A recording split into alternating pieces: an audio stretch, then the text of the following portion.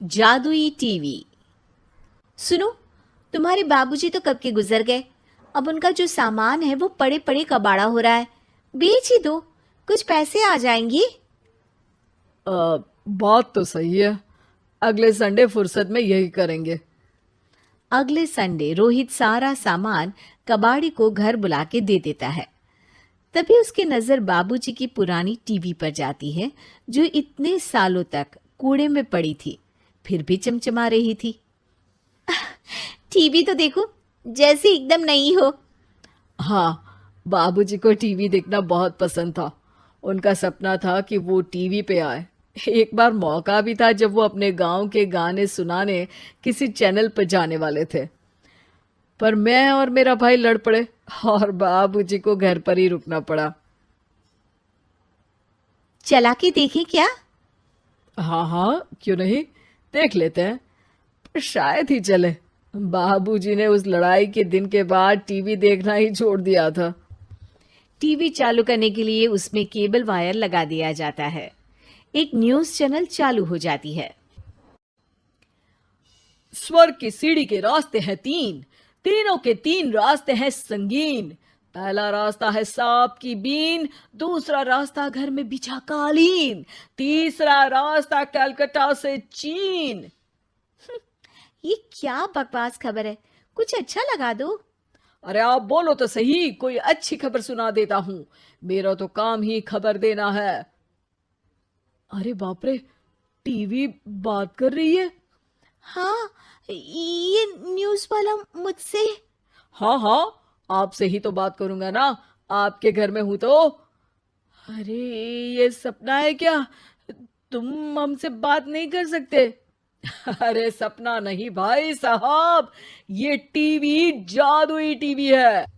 बोलो, क्या खबर सुननी है, वरना ब्रेक लेने का टाइम आ जाएगा। सुप्रिया घबरा के टीवी बंद कर देती है। वो क्या था?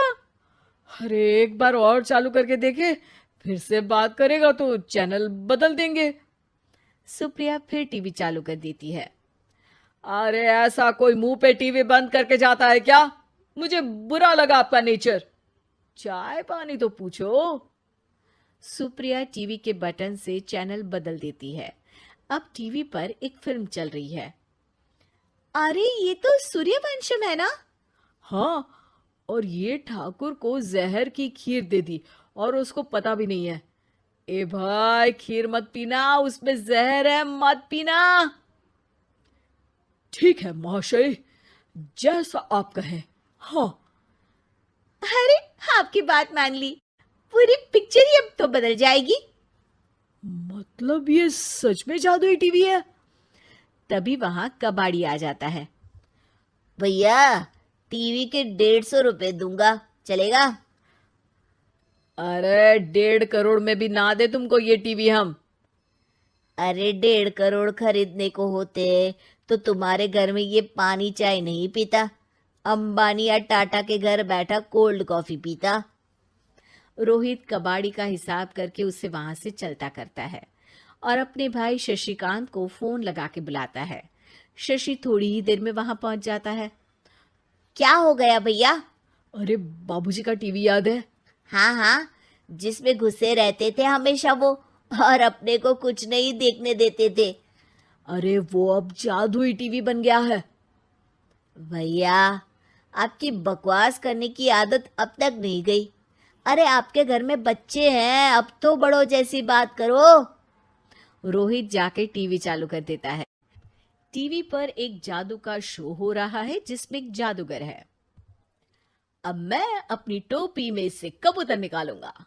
श्रिंग ब्रिंग शरिंग बम फोपा फुफी फुफा बाउ। टीवी से कबूतर निकलता है और शशिकांत के सर पर आकर बैठ जाता है। भैया, ये क्या हो रहा है? भैया इसे उड़ाओ। ए कबूतर, जा जा, कबूतर चल निकल। अब मैं टोपी में से सांप।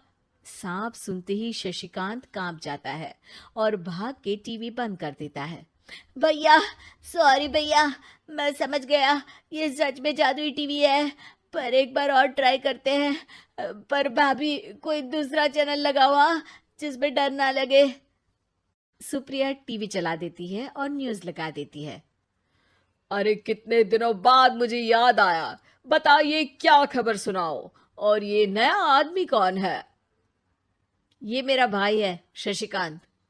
ओह यस, वही है ना जिससे तुम लड़ लिए थे किसी बात पे, और तुम्हारे बुढ़ाओ पिताजी गुस्सा हो गए थे और टीवी को संन्यास दे दिया था। हैं? तुमको कैसे पता ये सब? इस टीवी में रहने वाले आदमी से लेकर कबूतर तक को तुम्हारे बाबूजी और तुम्हारी बातें पता है, इसलिए तो ये जादुई टीवी है। ये टीवी क्या कर सकती है वैसे? तुम जो मांगो दे सकती है, कहानी बदल सकते हो, खबर बदल सकते हो, कोई चीज मांग सकते हो। अरे भैया, ये टीवी मैं लेके जा रहा हूँ। बाबूजी का लाडला तो मैं ही था ना। अरे ऐसे कैसे? मैं बड़ा बेटा था, अब तक मेरे घर में टीवी थी ना। अब तक कहाँ गए थे पिताजी के लाडले? तुम्हारी गलती का एहसास भी है। अरे भैया, ज्यादा ना बोलो वरना भूल गए आपके दांत तोड़ दिए थे मैंने उस लड़ाई में। मेरी बीवी के सामने मेरी बेइज्जती करता है, रुक। दोनों भाई हाथापाई पे उतर जाते हैं। रुक, बताता हूं तुझे कि कौन बड़ा है। अरे छोटे का दम तो देख लीजिए आप। ये खबर आपके बाबूजी को देता हूं। तभी टीवी अचानक बंद हो जाता है। अरे शायद टीवी नाराज हो गया। और लड़ लो, आए बड़े खली बनने। टीवी से एक तेज रोशनी निकलती है और टीवी में बाबूजी दिखाई देते हैं। बाबूजी आप? इतना चकरा क्यों रहा है?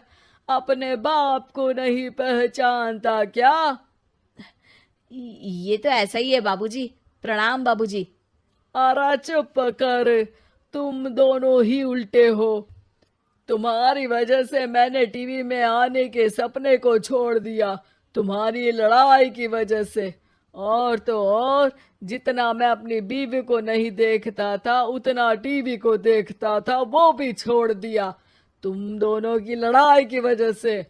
और अब मरने के बाद जब मैंने टीवी को जादुई टीवी बना दिया तो भी तुम इसका फल लेने की जगह लड़ रहे हो। अरे तुम तो लायक ही नहीं हो, अब तुमको बाबा जी का ठुल्लू भी नहीं मिलेगा। बाबूजी चले जाते हैं। टीवी बंद हो जाता है। रोहित और शशिकांत गिड़गिड़ा के टीवी के सामने हाथ जोड़ के बाबूजी को बुलाते हैं, पर टीवी सिर्फ धुआं निकालता रहता है।